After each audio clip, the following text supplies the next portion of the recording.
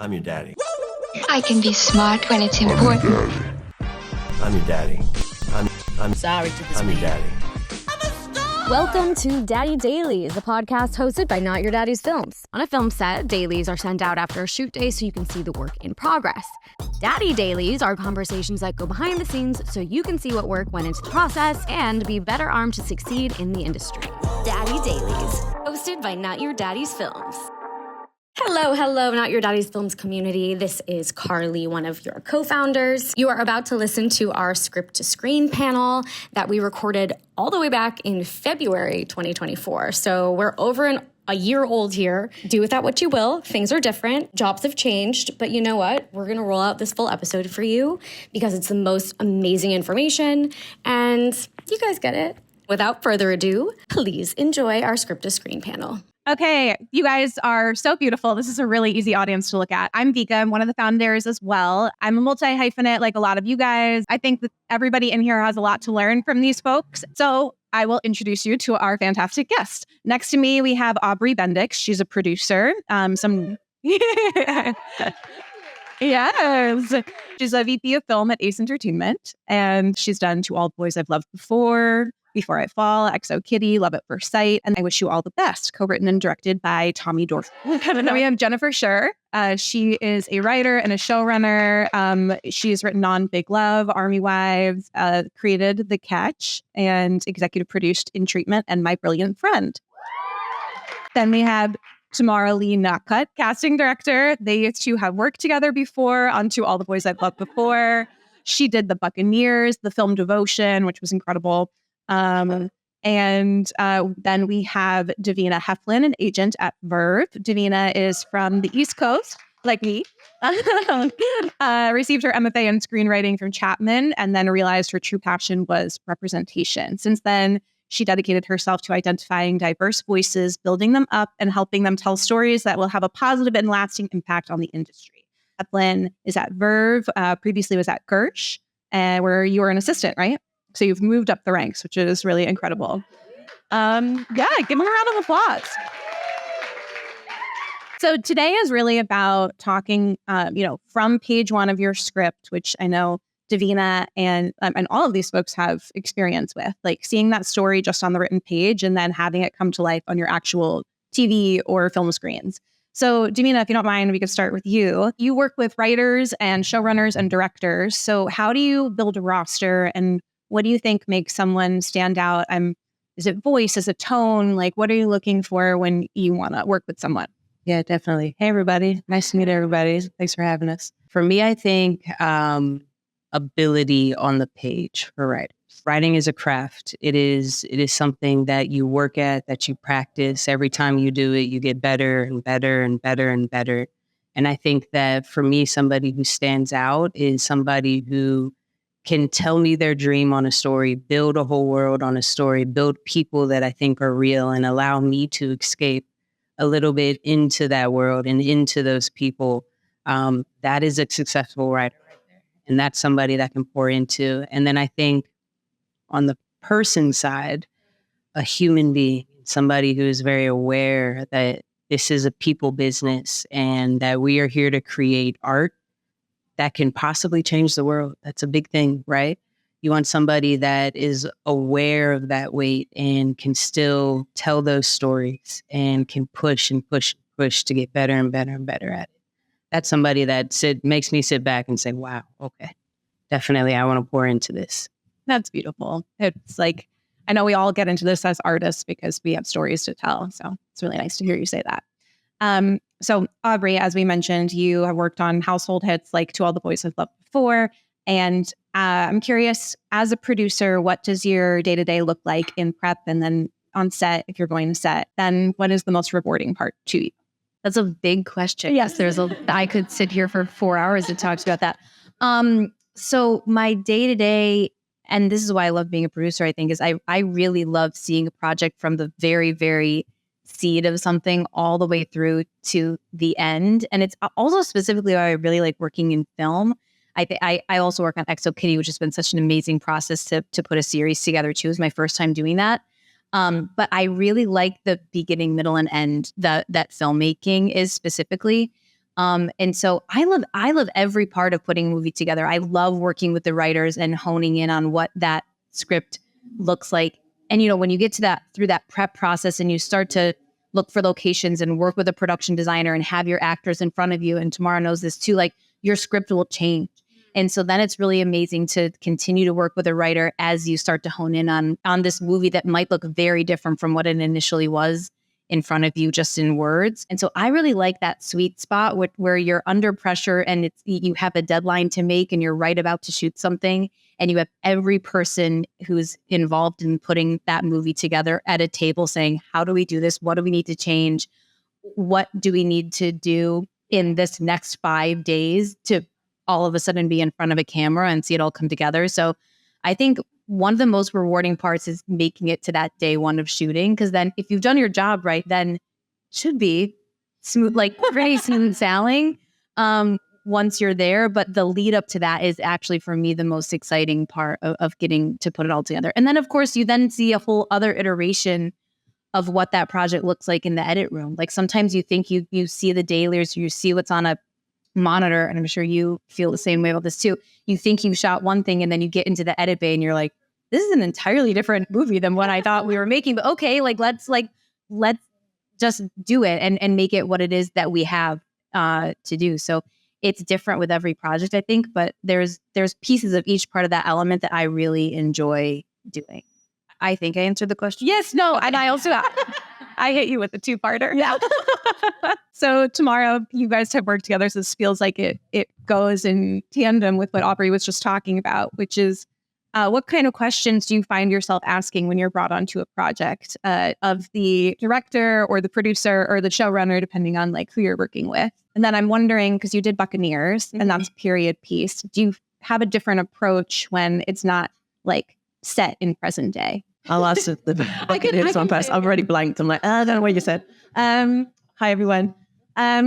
With the Buccaneers specifically, we wanted to make something that felt very contemporary, even though it was a period piece. And so I, didn't have the restrictions that are usually laid on you, especially when it comes to race. I'm very much somebody that always strives for representation on screen, be it female, be it people of color, be it people of different genders who identify as different genders. And so that was a great opportunity because they were actually very open to my suggestions. We ended up casting Josie Tota, who's trans, but not necessarily acknowledging the fact that she is trans. And it's just actually just being a great actor and embodying the role, which is so nice because, oftentimes it's so difficult when you identify a certain way and, that's also having to be portrayed on the screen. Sometimes it's nice to just play a character and not actually have to, and acknowledge anything else, which was great. And then with all of the actors, it was just really great to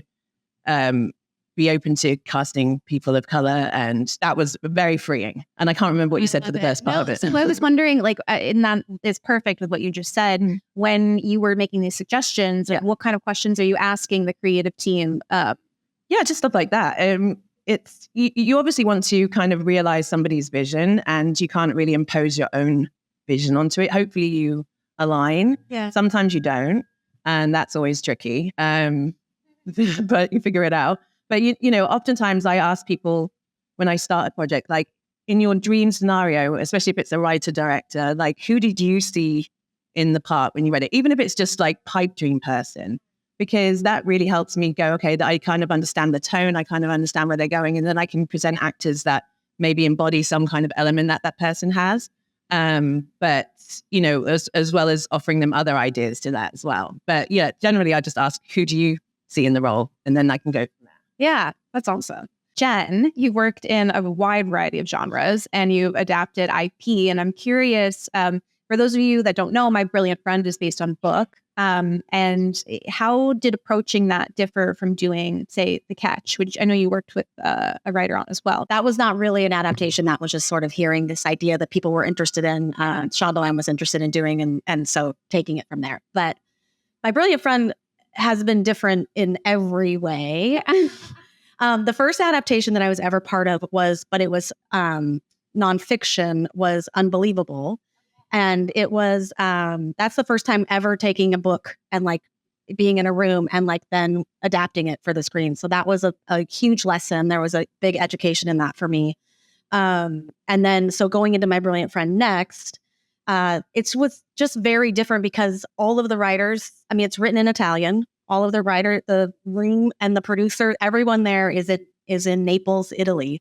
So in no way was it a typical sort of television experience. Do you speak Italian? I do a lot more now than when I started. But no, we would just start. I mean, that is a series of 4 giant books. And so we knew that we would be doing each book was going to be a season, and we knew that from the beginning. So it was sitting down and sort of mapping out what are the pieces of each of these books that are going to be the highlight, the like sort of benchmark or post tent poles for each season. And then so it was just like this massive map that we were putting together over, it was probably 4,000 pages of material to try to adapt. So that was, again, very interesting, very difficult. But I think at the end of the day, what I am just most proud of about the show is that I think it really feels very faithful to the books. And that's not always the case with an adaptation, right? You take a book and you need to actually make it something else to be on television. And for some reason, this just it worked out in a way that feels like it's honoring the source material. And when you are selecting writers for that process, is there something different that you're looking for, or is it similar to the previous?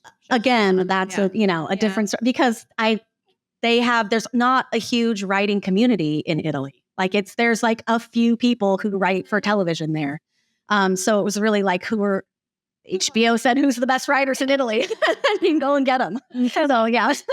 Amazing. Well, this is for any of you. I know that we're all at varying stages as we've discussed. So are there mistakes that you've seen in the development process that can kill a project or change it in another direction that you would advise against? Or maybe a mistake that actually led to something amazing? Or mistake I'm using loosely. I think that as a producer, and this will be music to a lot of people's ears, I think that you need to trust in your writers. You really need to trust that they are writers because they are they are really good and have honed this craft. That to Vina's point, like this is something that these people have worked on for a very long time. And so when you're working on a creative team, I always think, best idea wins for sure. But I think that your writers are coming in with a very specific skill and they are good at it for a reason. And so I think that listening to your writers in a process when you don't exactly know which way to go, for me that's always worked for me. Like if I have a problem that I need to solve, being able to go back to our writers and pay them for it is always the thing that is going to, I think, make your project better because that's what they do. And so I think that's something a lot of other people could maybe learn. But yeah. I guess it's kind of a continuation of that, kind of in reverse. Any project I've seen go throughout the pipeline that resists the culture of collaboration fails in some way, shape, or form. Even if it gets made, there's still a window of failure in it. One of the first lessons, I didn't come from a passion of the film industry whenever I entered, so I knew nothing whatsoever. One of the things that got drilled into our minds is that this is an industry of collaborations. Everybody serves a purpose in the engine. We are all tools. And the ideal thing is if we all do it at the best of our abilities with a pure heart, it can get done. And there is a sense of magical in that, because I'm sure whenever you're done on set and you're all exhausted and you're like, how the hell did we even do this? You feel that magic because you're like, you know what? We got the fucking shot. We did it. So I think trusting that everybody is going to come to the table to the best of their ability and not resisting that process, trusting that process. I think that's when a project fails, and that's when it kind of loses its potential. So, Davina, to follow up on that, we have a lot of writer-directors here today. Is there a way that you help facilitate getting their work in front of someone like Aubrey, or how do you pair people or pitch a client, I guess? Pick that whichever way you want. Yeah, I think there's a practicalness about it. I do the same thing that y'all do every single day doing here. I go out, I meet people, I try to be their friends. I try to be a friendly person and hope that it could turn into something. And I think that that's what it's about. I think that for me, I have to approach it as this is relationship building, right? Because like the projects that you guys make are really near and dear to your heart. And I don't want to ruin that in any way, shape, or form. So I think that having relationships and being able to see into people and understanding that connection, that's what allows me to make that statement of like, you know who you'd vibe with? This person over here. If I approach it as, oh, this is the one thing that you have made, therefore this is all that I can go off of to send you around to people, then that starts to form a box around, right? But if I take it to, no, I know you as a creative, and I know the people that are in the trenches making it happen time and time again, then I can help facilitate that and make that happen. And I meet them just like you guys. I come to events, I pick up the phone, I try to get connected with them. I've done the cold calls, I've done it all. Connectors are magical people. So that's really, really cool to hear. You spoke a little bit to this, but Issa Rae just gave this really awesome interview in Time Magazine. If you haven't read it, I recommend reading it. But she was talking about the shape of the industry and what she calls Hollywood backsliding on pledges to increase representation and diversity. She says, I've never seen Hollywood this scared and clueless at the mercy of Wall Street. This is something that I think affects all of us, so many different backgrounds and identities in this room. So how can directors, but anyone in the creative process, help ensure representation in front of and behind the camera? Make stuff. Yeah. Honestly, like, my company is known obviously for we're known for making romantic comedies. We make other things too, but I think that's kind of our bread and butter, the youth-oriented, as we now say, YA project. There's so many terms. Netflix keeps throwing things at me. I'm like, just make up your mind. I'll call it whatever you want. New adult. But new adult. It's new adult. No, but I think that, we're known for making something, but also sometimes things come across our plates that are different than what we're known for making. And I'm going to use Tommy Dorkman's movie as an example. It was a script that was very specific. It's a movie about a non-binary teenager that gets kicked out of their Southern parents' home and moves in with their sister and brother-in-law. And it's kind of a snapshot of a life of a young person figuring out who they are. Not a movie necessarily that Ace would have normally invested in, I think, but Tommy wrote a really wonderful script. She had not gotten a script made before. She had not directed before. But this one is something that one of my junior execs brought in, and we just felt really passionately about. And I felt lucky enough to work with someone who was like, if you guys feel this strongly about telling this story, go make it for this amount of money. There was a certain price tag. So it was a smaller movie than we usually make. But I think Tommy had been writing a lot of stuff for a really long time that people were reading and liking, I think, but not getting made. And so I think that her continuing to work on that, and I'm sure everyone sitting here has probably worked with people like that. You just have to keep doing it and writing about what you think is important. And I think that when it falls into the right hands and you keep doing it, eventually I think you will have a chance, I believe, to make something that is meaningful and outside of the algorithm, which is getting thrown in all of our faces lately, which I know goes back to your original question. Yeah. I think a lot of us probably right now feel like we're making things for an algorithm, which is really hard. And so there's like this balance now for us anyway, to listen to our buyers and also trust ourselves and say, but what do we like and what is good? And how do you tick both of those boxes? Yeah. I love that. You speaking of that makes me think there are these resources to all of us. Like there's this group called Good Energy Story, and I'm blanking on the name, but I used to work on the studio side, and this group came in to advocate on how we could represent folks with different abilities. And so there are all of these things for free on the internet, even for us making and funding our own films. So just something to keep in mind. Good Energy Stories is about climate, how you can involve the environment and climate in all of your work. And it doesn't have to be like on the nose, but how you can really like advocate for the things that matter to you through the story you're telling. So with that in mind, when we've got someone making and funding their own feature or their own short, a lot of times I hear friends being like, I'm just going to cast my friends or actors I know who will do this, get favors. Is there a way to work with someone like you on like an independent project? Yeah, oh God. Yeah, oftentimes I work on independent films or shorts, and it's a labor of love. So I don't do them now unless I really either love the filmmaker or really love the script or both, because it's a real hard journey. And especially for full features, it's really tough because we're often kind of working as producers in a way, because if they're sort of new filmmakers, that we're having to put our relationships on the line as casting directors and call up the agents and try and get the script in front of them and go, sorry, there's no money. And like, hope that they'll like take it seriously enough to then attach and then take it somewhere so someone will actually invest in it. But, I'm open to it.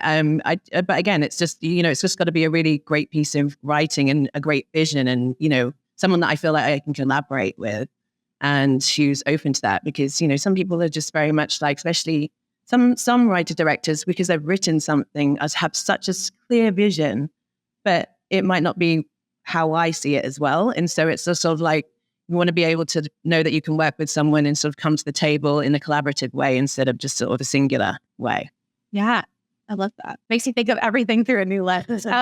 So Jen, you've climbed the ranks as a writer, and I think there are probably people who don't fully understand what being a showrunner means.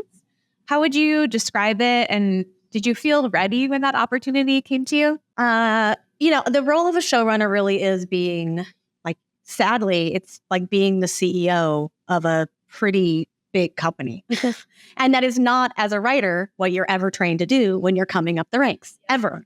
So it's a very odd thing that they just say, okay, now you have $60 million to go make this thing. And you're like, but I just sit in a room and type words. And then you're like managing hundreds of people. And there's a very steep learning curve when you first start to do it. And then it's something that really works for some people and some temperaments. And I have worked for a lot of people that it probably wasn't the right job for them. Yep. And they're still doing it. It's fine. No, it is a really challenging job, but it is like being a writer director on your own material. You are the steward of this material. You're just on the, when you're making a television show, you are beholden to so many different aspects. You have the studio and you have the network and you have all of the executives, you have the producers that are on it, you have the actors that have agreed to come on and really like risk their, and actor producers. Yes, a lot of people can get titles. It's fun. But it is, but actually sometimes that can be fabulous too, because it invests them in a different way too. But anyway, so that's the job of a showrunner. You really just put your life aside, especially when production starts. And that is what you are doing almost 24 hours a day, 7 days a week. But, you shoot for 4 months and then you rest or you try. And I will say that I did feel ready. I love that. Because I had done every single level starting at staff writer and worked my way up every single one, to some multiple times. And so that I felt really lucky that I didn't have, and this is probably not I know you're all young filmmakers and you want to get out there and make your thing right away. But for me, I felt like, thank God that didn't happen for me too early, because I think I would have made even more mistakes than I made the first time around. Like, because you learn so much about what you think works, what you see that doesn't work, that you're never going to do. And you start to build your own, because no one can teach you how to do the job. You can't go to school to learn that. So you have to sort of like get an education in what's going to be your style of doing that kind of work. And so I did feel, I was very thankful that it hadn't happened until it did. Yeah. And did you have the opportunity to be on set as a writer prior to being in that position? Because some shows will send their writers to set, some only send a few. It really, really varies. When I came into the business, it was standard. The writer was always on set for their episode. And then that just got frittered away over the years. And we just, I think we just made some gains with the strike in getting people back on set so that writers can learn how to do the job of running a show. I thought of not putting people on set and letting them see how this huge machine operates is wild to me. Like why that wouldn't be just, that's your training ground. Yeah. For your eventual showrunners of your shows. So anyways. Yeah. And I think getting to do indie film is one way, but when you're on a huge set with a big budget, that is a very different experience. I'm lucky that in my experience, I got to go to set to produce my episode, but it changes everything. I think it makes you a better writer and a better collaborator because there's, the people whose job it is to be like, okay, there's a cup of coffee. What kind of is it, does it have an arm on the mug? And people really take it all seriously. And I think it has deepened my respect for everybody's job on set. So I've worked in my experience, I don't know if this is all of your experience, mostly with men. And this is a heavily male-dominated space. Do you have any stories for sharing how you've moved through this industry? How has that shaped your experience? Yeah. We've all got terrible stories and great ones, but terrible ones. We'll see. And I wonder how you all feel about this. Me Too and the Me Too movement was something that when it came meant so much more than just what it was. And I think we all probably started working in the industry before that was a thing. And it was different. It was different. I was an assistant, a very young assistant during that time. And I have stories for sure where you kind of you grin and bear stuff that now, if I admitted it, I would be horrified that I allowed some of those things to happen. But it's an industry, and I think it's changing, thank God, but it's an industry where you say, well, I have to suck it up and bear it because if I don't, then I'm not going to be able to move forward and I'm going to have some sort of label put on me. And so I really just got to smile and say, let me get through this so that I can get to the next phase. And I did that a lot.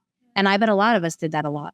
And I think that what I can say that I learned from that experience is that one, you shouldn't have to do that. Stick with your convictions. When you know something is wrong, get out. And you know what? I did that too. I had an experience at a company where I was working for a very big producer. And it was toxic environment. And I could have gone on and continued to push myself in that job and say, I got to suck it up because this is a big opportunity. And instead I left. And I spoke my mind for the first time to that person, which is thank you. But that's a hard thing to do, I think, when you're used to staying quiet.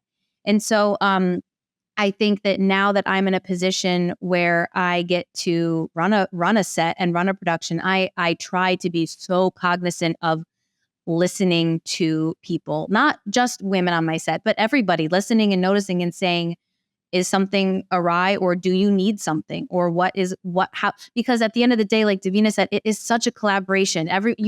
Getting a project made is so hard. That's why even when I see a movie that I'm like, this wasn't that great, good for them. They made a movie. Yeah, that's so hard. That's so hard. Do you know what I mean? The fact that you made something, I'm like, good for you. And so I think that if not all the pieces are working together and everyone doesn't feel comfortable, you're not going to have a good product. And I think a lot of people forget that if you don't have happy people, and I bet Tamara has seen a lot of this, because a lot of times casting directors will hear back from their actors because they have a really close relationship with them when something isn't going right. I think that, if everyone isn't working together in that way to make the best possible environment, then you're not going to have a good product. I don't know what the question was. I loved that. No, I just needed that to settle for a second. I mean, when I started out, I was one of just me or maybe one other woman in every writer's room I was ever in. And there were certainly very rarely people of color, and certainly anybody who identified differently, it was not interesting to the people who were, very used to being in charge. So it was certainly I think at the time it was well, look, there's this blonde who can come sit in the room and yeah, I know.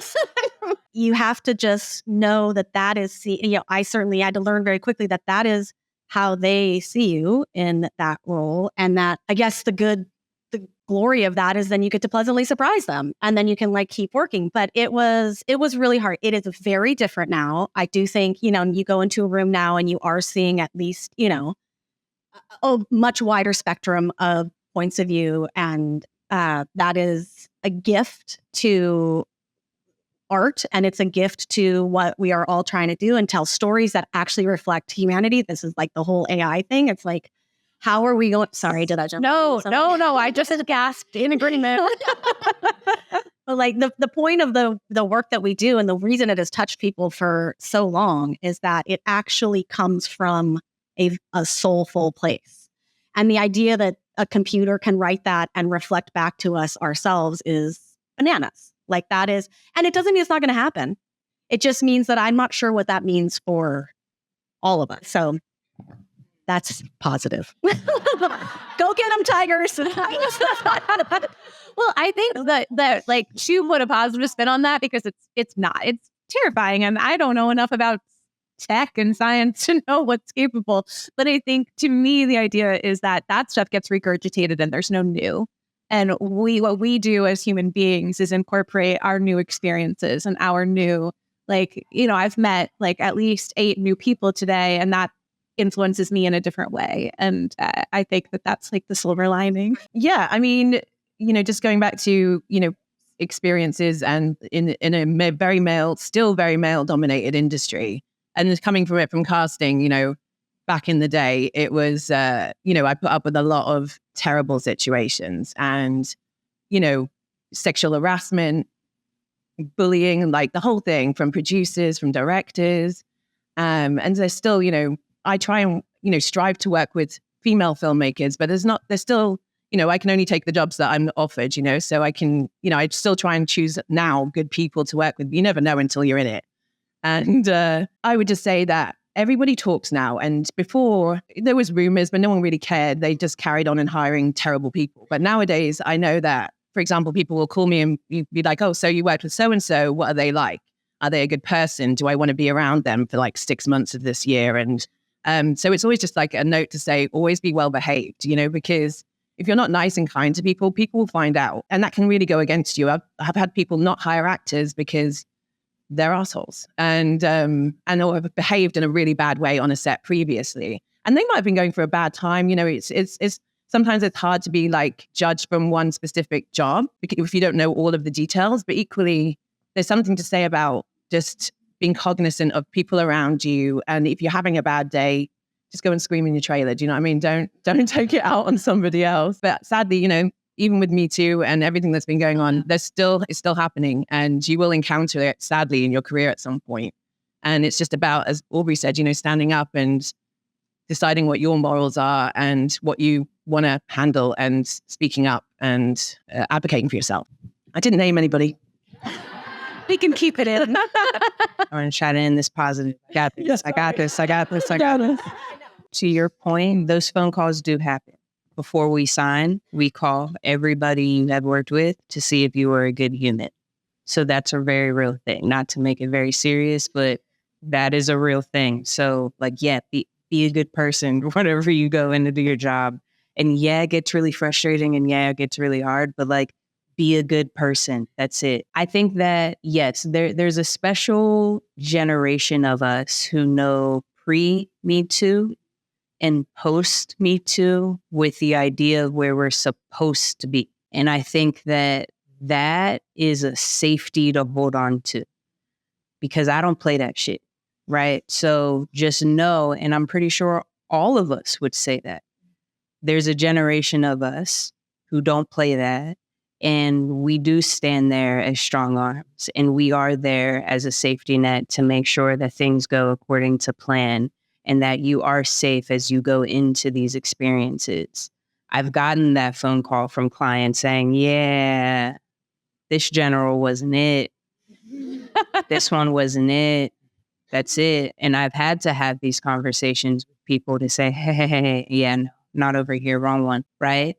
So I think that is a good thing. And I think that is why we are seeing things progress even more. And there will be a day when this generation retires. We'll say retires.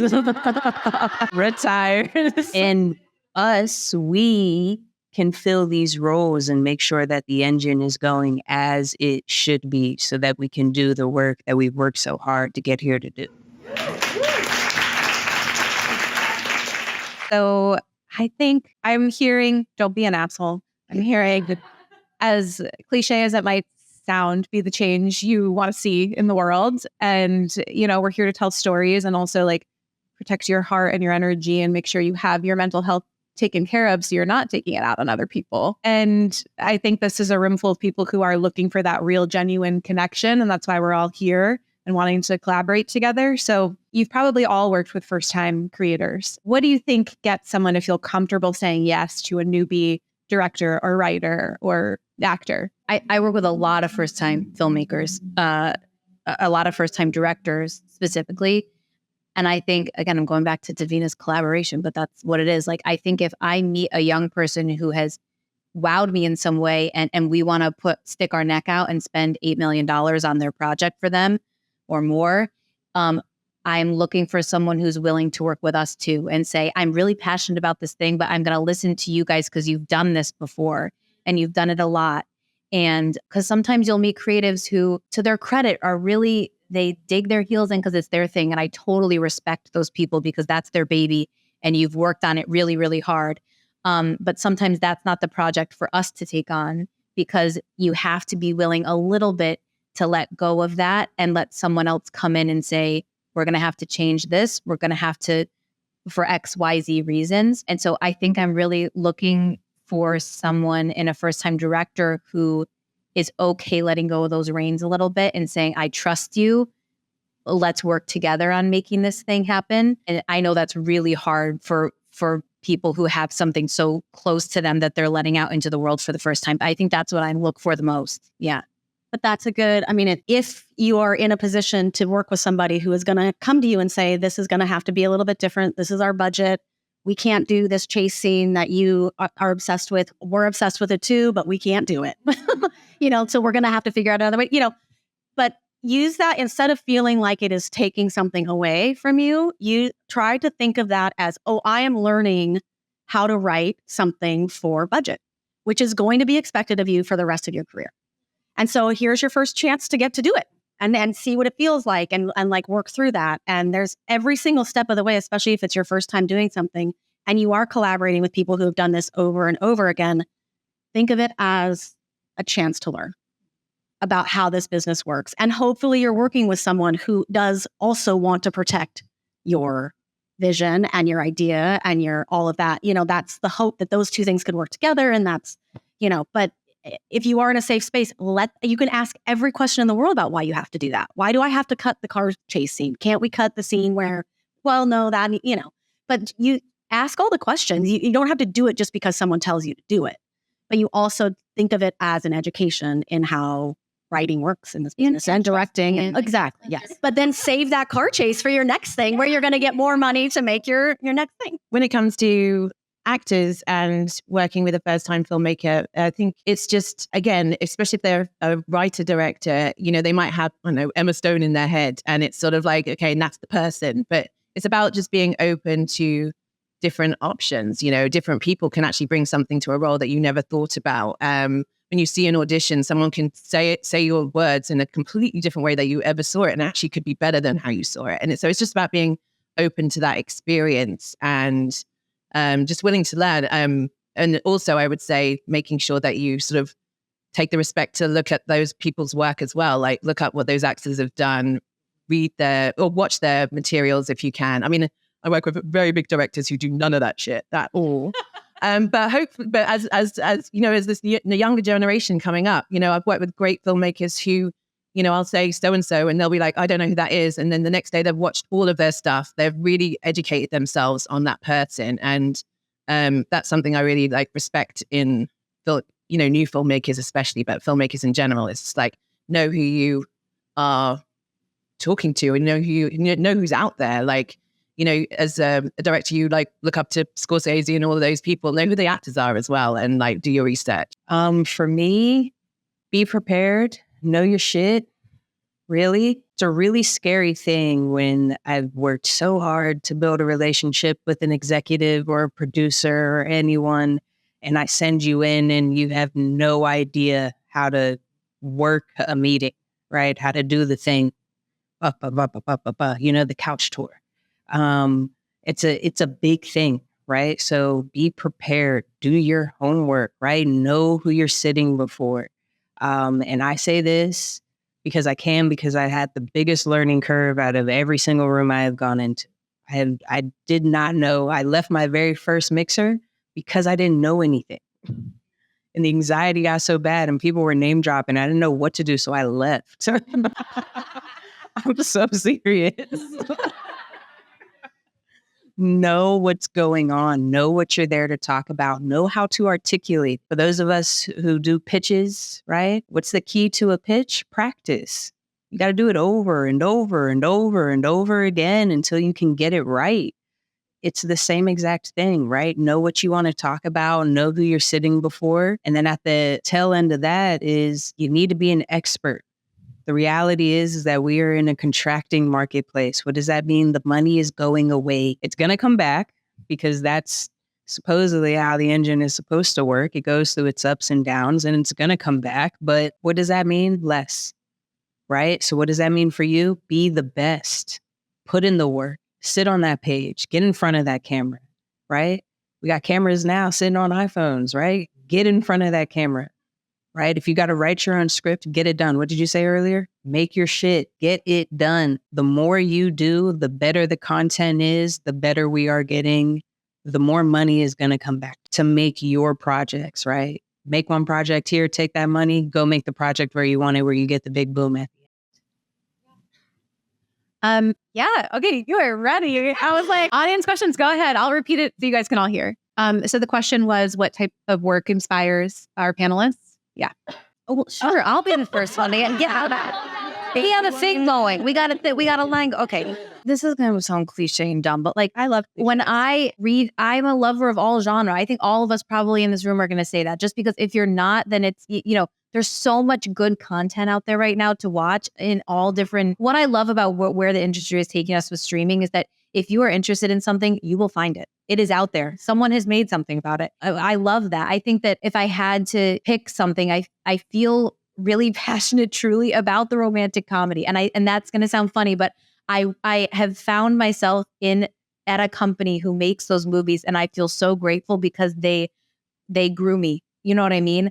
Like, I learned so many lessons about life and love, and honestly being a woman from growing up watching these movies and watching them evolve. Like some you go back and watch and you're like, that isn't it. Like, don't recommend that to a 17-year-old because there's a lot of problems with it. But I will say I'm like a sap at heart. And so I think that I really do feel lucky to be able to make movies that are the movies that I fell in love with growing up. But that being said, I'm in post on a tech thriller and a family drama and a heist movie. So you know what I mean? Like, and I love all of them for different reasons. So that's a really hard question. I mean, I would imagine that, the joy of working in the business for long enough is that eventually you do sort of get to hone in on the thing that you love. And so for me, I get to now work on things that are super small that no one wants to make anymore, which is awesome. I love those. But like on a show like In Treatment, which is two people sitting in a room together for 30 minutes and just talking back and forth. Like, to me, like, if you're in the mind and you're in the heart and you're in the soul, like that is really delicious to me. But again, those shows are fewer and far between as the contraction continues. They just need something big and splashy, and there's a place for that too. But that's where my sort of sensibilities lie. That's what gets me excited about. And same with My Brilliant Friend, like female friendship, yay! Like, and that's it. Projects that inspire me, I just want to work on stuff that I would watch. And I think that, again, and sometimes it's hard, especially at the beginning of your career, because sometimes you have to take the job because you need the money, or just because you need the relationships, or you just need to work. But as you get sort of, a bit more established, that's my thing that excites me. So, I like all kinds of different genres of stuff. But it's like, if I read a script and go, oh, I'd love to watch this, especially when it comes to TV, because if you don't like that show and you go on it for like 10 episodes or 12 episodes or whatever it is, it's like, you better like it. Otherwise, you're really suffering for like 6 months of, just going, oh God, not this episode. But and also projects where I get to cast people that maybe haven't had any opportunities yet. That's what really excites me, because giving someone a platform to take a role that they might not have ever been seen for before. And in this industry now, it's sort of a lot of it casting names because it helps get the financing and helps put bums on seats or whatever. But having the opportunity to cast people in roles that sort of change their careers, like with Noah and Lana, it's so wonderful to see them now and see how they've grown in their careers. So. For me, so mine isn't a specific genre. I think that I'm just a craft of technique. Because I come from a writing background, I'm really in tune with the process that it takes to make words beautiful on a page. So that's what really turns me on whenever I get a script and I'm like, oh, that's new, that's different. I like seeing that kind of stuff. I think my personal taste, I could do genre. I love genre. I love genre blends. I love character studies. I think Lars and the Real Girl is such a beautiful movie. Oh, inside the mind of somebody. I love stuff like that. But at the same time, most of my roster is comedy. Right. So I think like that's night and day right there. I think that for someone in my position, it's not about a specific type of genre. I think it's a specific type of person. And that's kind of what my scope and frame of mind is. Right over there. So the question is how to create an environment of kindness while doing that delicate dance between being the boss and then not being perceived as bitchy or any title that people want to throw at us for being in charge. My experience has been that if you lead with honesty, even if it is a hard truth, you don't get perceived that way. If you just have to say like, I'm not sure that you're doing the job that I'm asking you to do. Can we talk about how to make, like saying it and not trying to dance around it or try to like play games around it or try to marginalize somebody, you just say the thing. And that's really hard because we are not necessarily, as women, trained to do that. So it is, that has been a learning lesson for me too. But I have found that the people that I've worked with in the business, the women who are the most powerful, who are the most respected, are the women who actually just say the hard thing when it needs to be said. And you don't resent them for that. I would say call it out.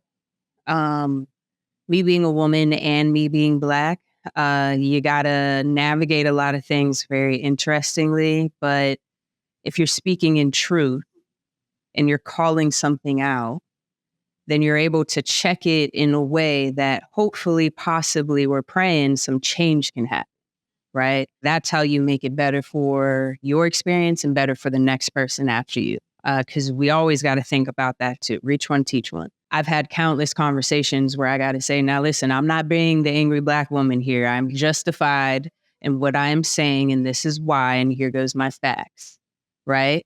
And the room gets quiet, which is exactly what I want. I want to be heard. I want to be heard, and that's why I'm speaking, right? So I think that you have to have a sense of boldness. And you have to be able to work through that fear of the what if of what could possibly happen in the bad way. And we got to face that and we got to push through that. And we got to be able to look whatever is scary right in the face and call it exactly what it is for others to hear so that we can make changes happen. Amazing. I think a piece of advice I got that sits with me every day is that no matter who you work for or who you're working with, you are your own business at the end of the day. Because we're all going to work with people who are not our same vibe and are not representative of who we are as people. Like if you are working for anyone, that's just going to be the case.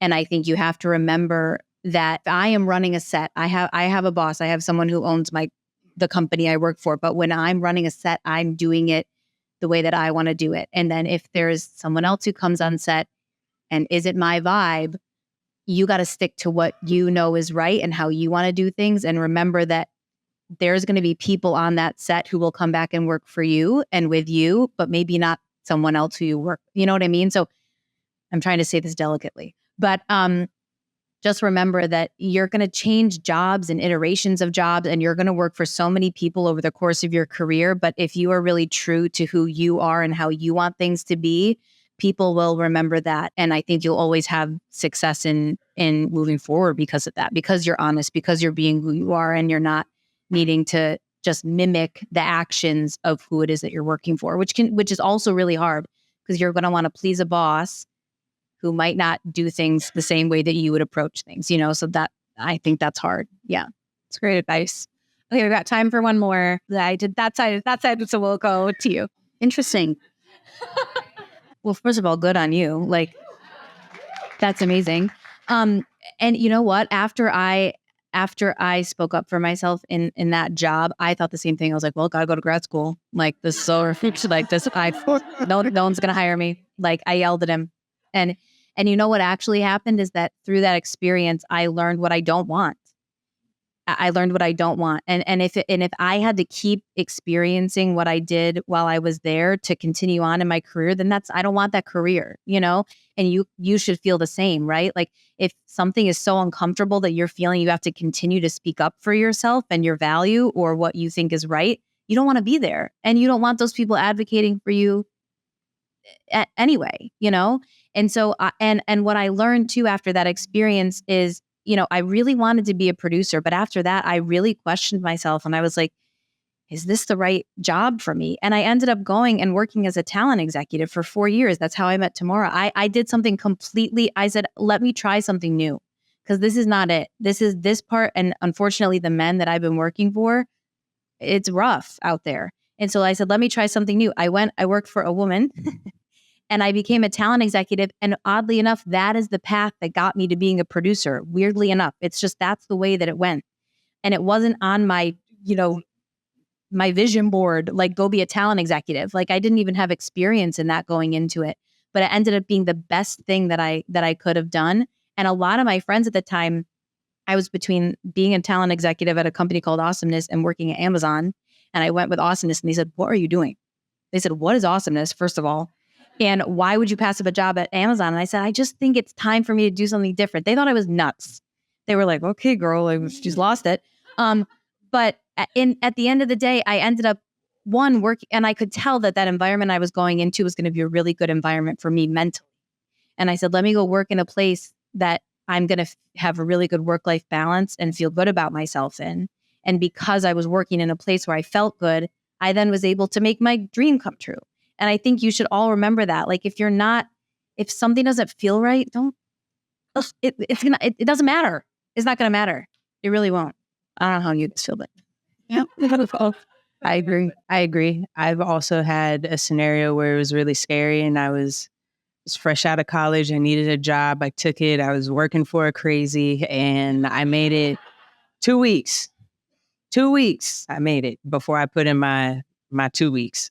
And then I left, and I was really scared. And I remember I was crying to my mom in the car over lunch. And she said, what are you crying for? Leave. You don't have to stay. Don't stay where you are not celebrated, because there are plenty of other places that will celebrate all that you are. And I've learned that every single stage where I have taken that leap and I have left a place not knowing where I was going to land, and I've landed on my feet. And that's the way of it. Turnovers happen in this industry all the time. Trust me, baby, I never even had to put that on my resume. Nobody knew I was there. It's not even a company anymore. And my boss told me I'd never be a good rep. Ha. Look at her, right? Yeah.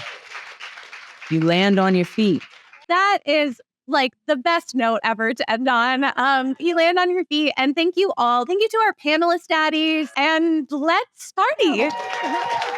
Daddy Dailies is presented by Not Your Daddy's Films, a social impact organization dedicated to educating and empowering women and non-binary creatives in TV and film. If you like what you heard today, don't forget to subscribe and leave us a positive review. And if you want more Daddy episode insights and links to what we talked about, join us on Patreon/NYD Films. Daddy Dailies is produced in partnership with Robert Bailey and edited by Carly Tamarin, Vika Stubblebine, Claudia Restrepo, and Gracie Strauss.